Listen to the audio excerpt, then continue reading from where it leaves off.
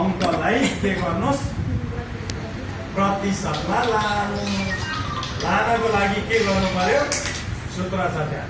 Theme अन्तर्गत सबै सिकाइ उपलब्धिमा विद्यार्थीले प्राप्त गरेको उपलब्धिको अङ्क अघि दुईपल्ट सिकाएको छ नि, अगाडिको होइन पछाडिको जोड चाहिँ 16 आयो।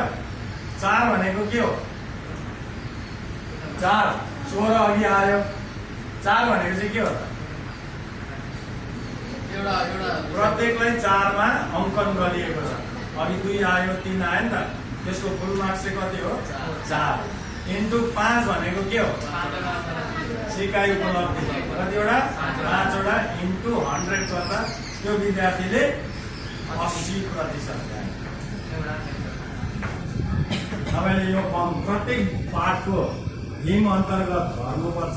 तपाईँलाई एउटा साह्रो चाहिँ के पर्छ भने ल थीम त तपाईँले बुकबाट पाउनुहुन्छ, तर सिकाइ उपलब्धि पाउनलाई तपाईँले सिबिसीको करिकुलम